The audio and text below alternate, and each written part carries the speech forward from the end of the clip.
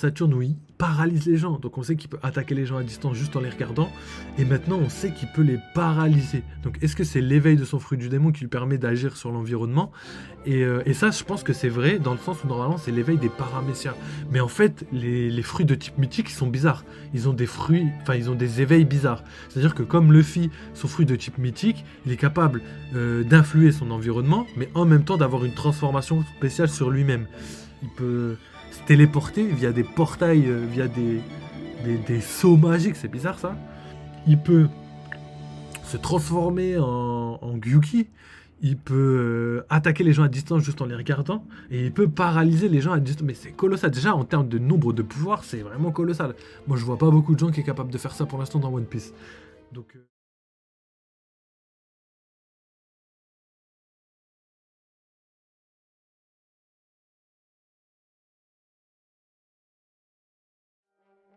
Bon, qu'est-ce que j'ai pensé de ce chapitre? Franchement, un 8, 9 sur 10. En fait, le flashback de Kuma, ça fait trop longtemps qu'on l'attendait.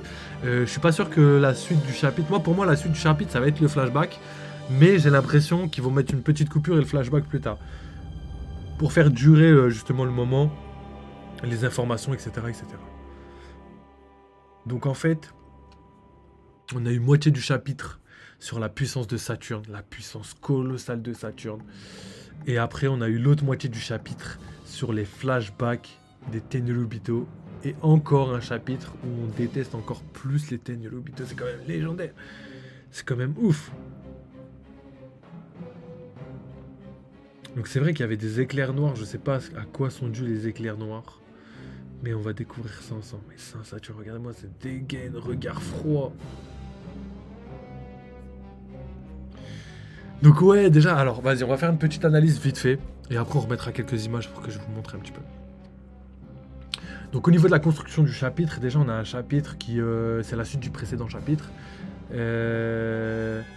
Et donc, on voit Saturne d'abord utiliser ses pouvoirs. Donc on nous rappelle au début du chapitre que toutes les personnes qui sont sous le grade de sous-amiral ou contre-amiral, ils n'ont pas le droit de rester là.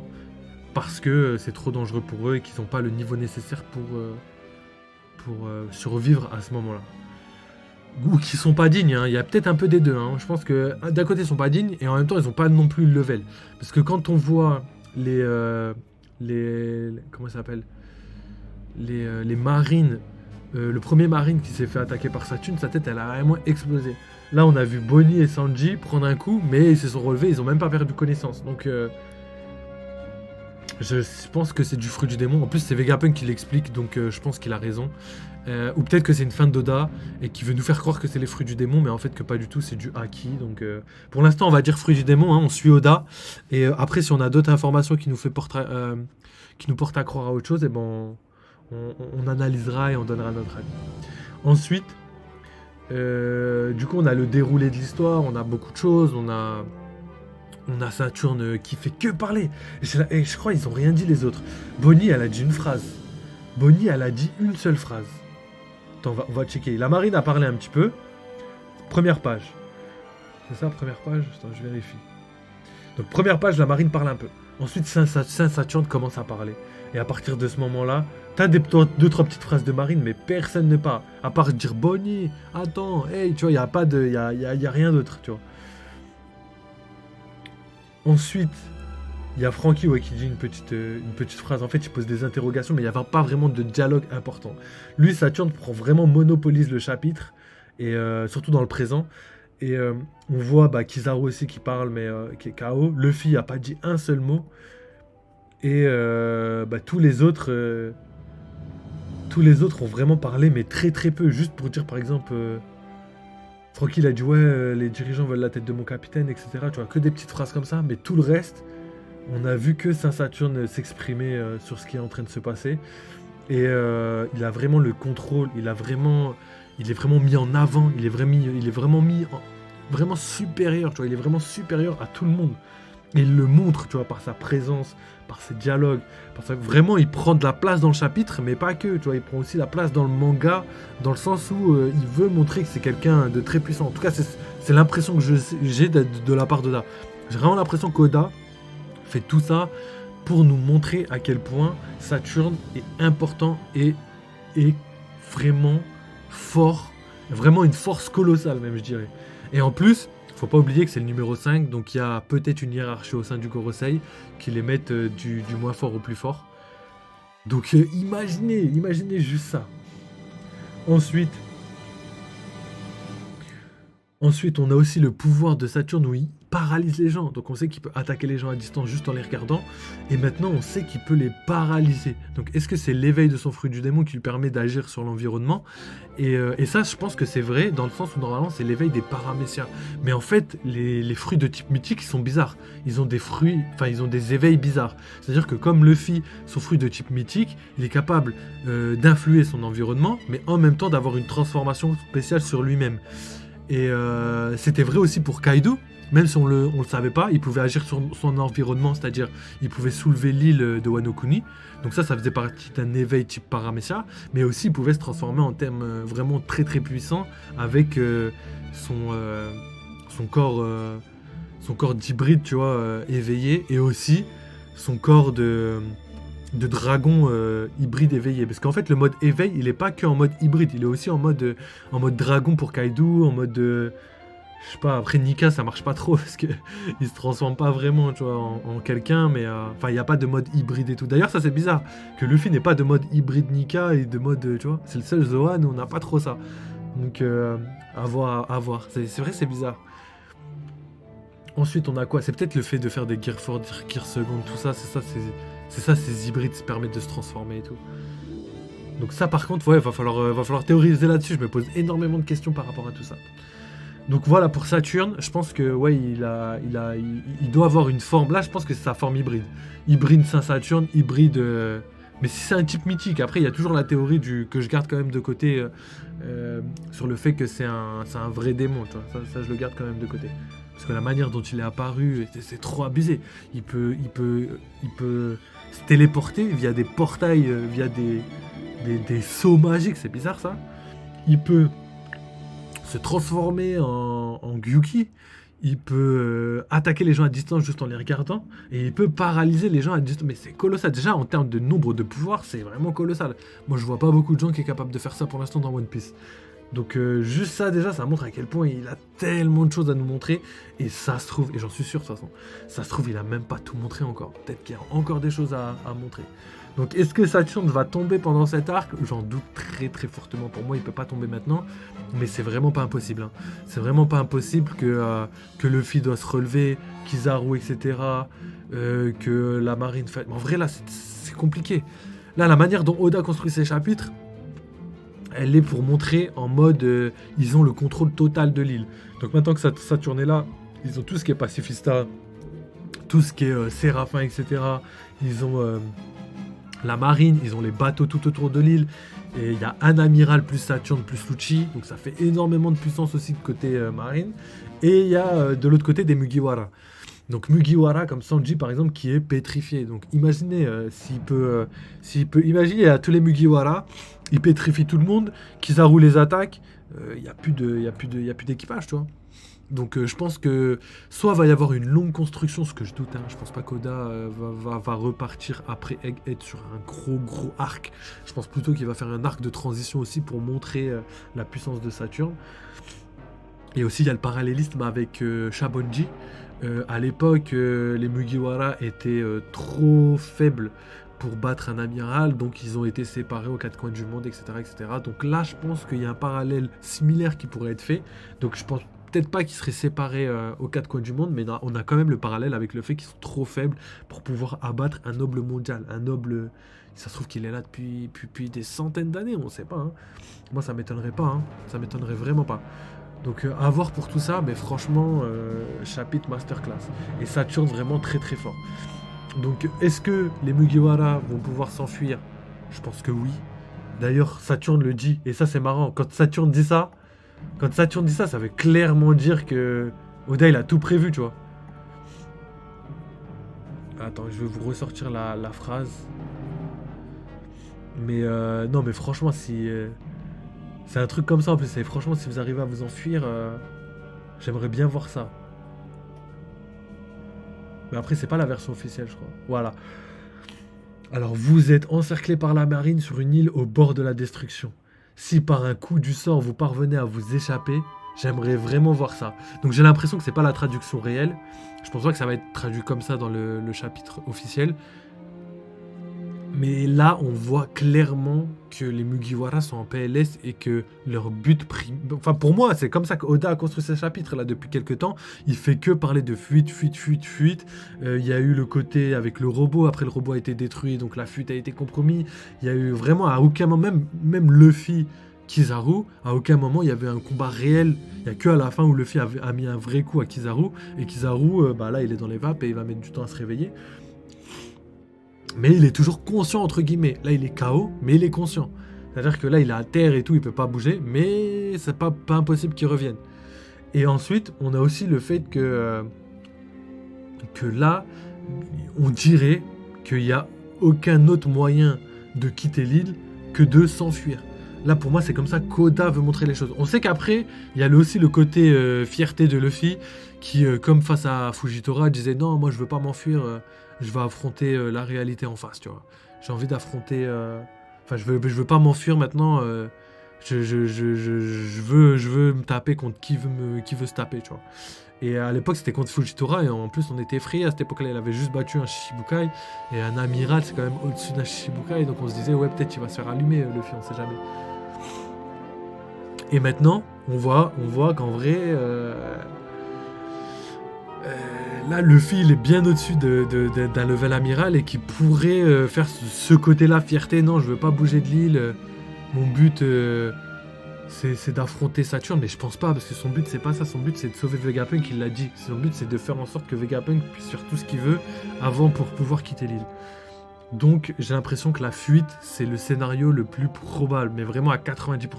Mais il y a une petite part de chance qui miserait sur le fait qu'il pourrait combattre en tête à tête avec Saturne. Il y a un monde où ça peut exister, mais j'y crois pas pour l'instant. On va attendre de voir les prochains chapitres et peut-être changer d'avis, mais pour l'instant, c'est la fuite. Donc voilà, je vous ai raconté tout ça juste pour vous dire que là, le scénario, c'est vraiment la fuite au max jusqu'à l'île d'Elbaf. Et même en fonction de la mentalité d'Oda, la manière dont il rush ses chapitres, tu vois, il est là, il découpe très rapidement ses cases, donc on voit beaucoup d'éléments se passer, mais en très très peu de cases. Et ça va être rattrapé dans l'animé, donc il va falloir regarder l'animé pour mieux comprendre, mieux avoir l'impression de vivre et de durer dans le manga, tu vois. C'est exactement pareil que le combat Kaido, tu vois.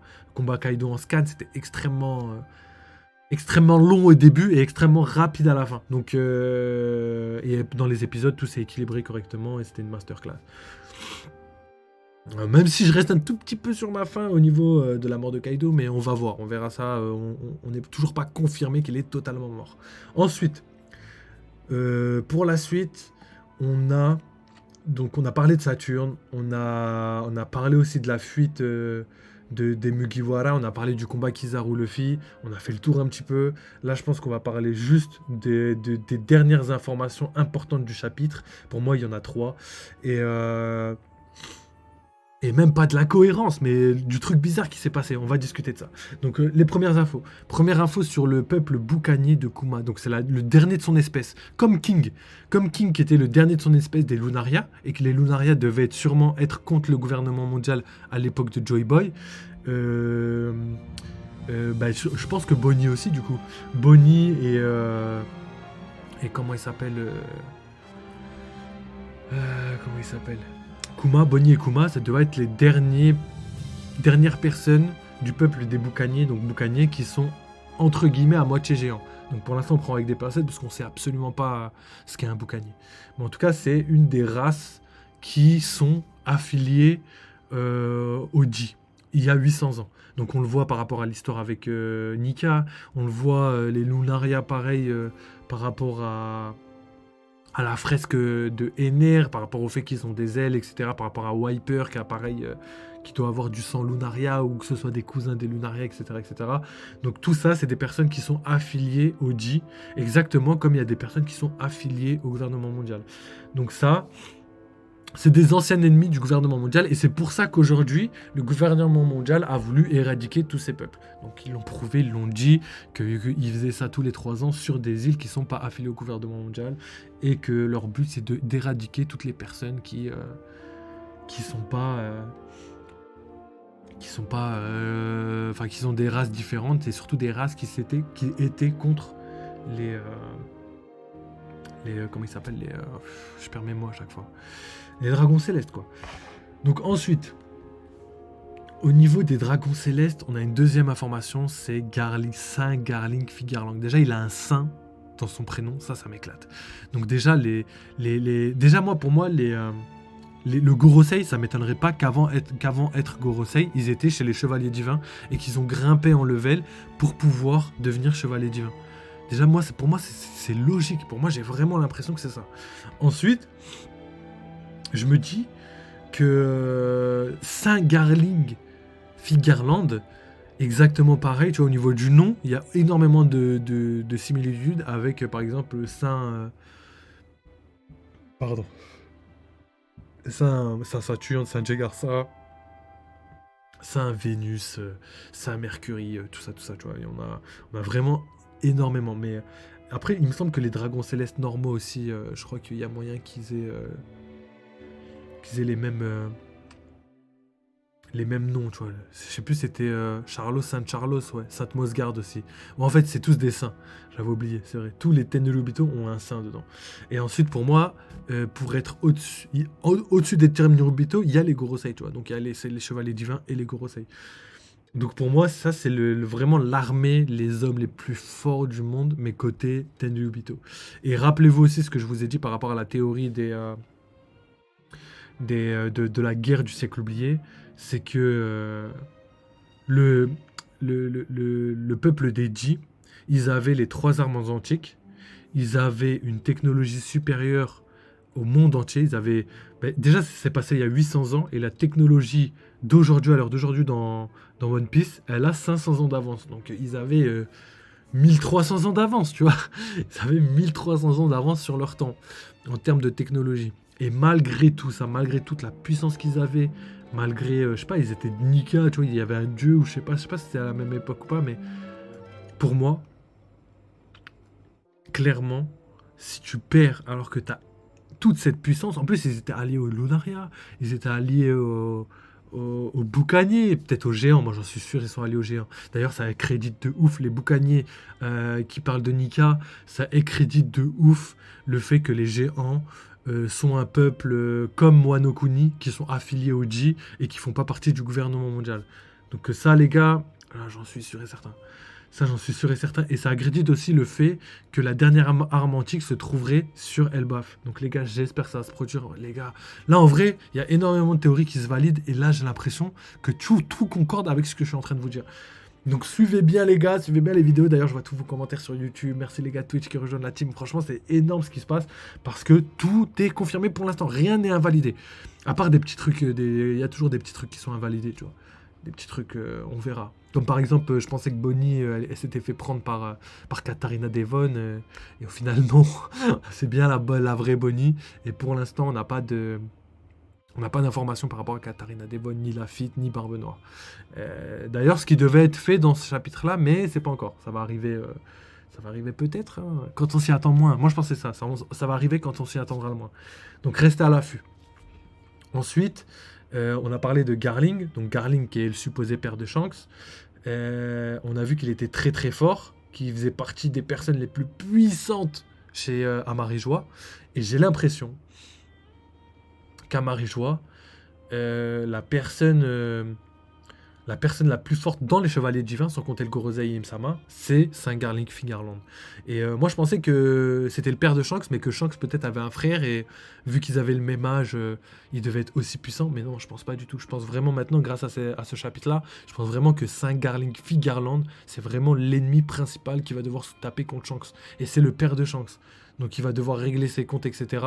Et je pense qu'il est très très fort. Et comme le Gorosei, il perd pas en puissance en vieillissant. Il y a des gens qui perdent en puissance, mais pas lui. Ça, c'est les exceptions qui vont faire qu'il devient surpuissant. Donc là, je vais devoir terminer parce que la vidéo est trop longue. Donc la dernière information, mis à part le fait qu'il y avait Kuma, Boukanier, tout ça, tout ce qu'on a parlé, et le fait aussi qu'il y avait, comment il s'appelle, Emporio Ivankov, tu vois, il y avait plein de trucs qu'on aurait pu parler et théoriser. Mais la dernière chose, c'est God Valley. God Valley, je vais relire, là je vais regarder direct. God Valley, ça devait être l'endroit où les Tenryubito habitaient avant d'aller à Marijois. Sur moi, c'est ce que je pensais. J'avais cru comprendre ça du manga. Et là, je sais pas pourquoi, j'ai l'impression que c'est pas du tout ça. Parce que là, il parle vraiment d'il y a 38 ans. Il y a 38 ans, c'est l'année où Roger et Xebec se sont battus. Il y a 38 ans, c'est l'année où Roger et Xebec se sont battus. Et avec Garp, etc., ce qui a fait la renommée de Garp. Et au final, on est en train de voir que là, il n'y a pas de... en fait, j'ai l'impression que là, ce qui se passe, c'est le flashback des Rocks va arriver très prochainement à cause de ça. Parce que God Valley, c'est l'endroit où s'est battu Xebec et Roger avant que l'île disparaisse. Ensuite, là, c'est il y a 38 ans, et il y avait... Et moi, je vois trop bien la scène. Île avec énormément d'esclaves. Concours des Tenryubito qui sont abjects, et Roger qui tombe là-dessus à la manière de Luffy. Luffy voit ça, il dit mais jamais je laisse ça, je vais défoncer tout le monde. Et qu'est-ce qu'on a? On a sûrement un Xebec qui voulait devenir roi du monde comme Teach, et qui a dû s'allier avec le gouvernement mondial à cette époque-là pour pouvoir défendre son territoire. Et Roger, lui, s'est allié avec Garp, mais c'est bizarre. Comment le gouvernement mondial et Garp, ils peuvent pas être dans le même camp? C'est trop bizarre. Là, je comprends plus rien. Là, va falloir vraiment que je relise tout ce qui s'est passé par rapport aux événements de God Valley, parce que là, tout concorde, mais pourquoi Garp est avec Roger, et pourquoi le gouvernement mondial serait par exemple avec Xebec, avec je sais pas qui, et qui défendait l'esclavagisme, et qu'il laisse Garp aujourd'hui dans la marine. Tu vois, il y a plein d'incohérences, mais c'est pas des réelles incohérences. C'est juste que là, pour l'instant, c'est trop bizarre ce qui se passe. On a des années précises, on a des endroits et des moments précis, mais rien concorde. Rien concorde, c'est pas possible. Pourquoi Garp serait avec Roger et qu'aujourd'hui il serait encore dans la marine, alors qu'il aurait trahi la marine, vu que la marine normalement aurait été du côté du gouvernement mondial, etc. Donc tout ça en train de se mettre en place, il y a énormément de questions qui sont soulevées, mais je pense qu'on va avoir des réponses. Ou peut-être que Garp il a pas voulu rejoindre la marine pour défendre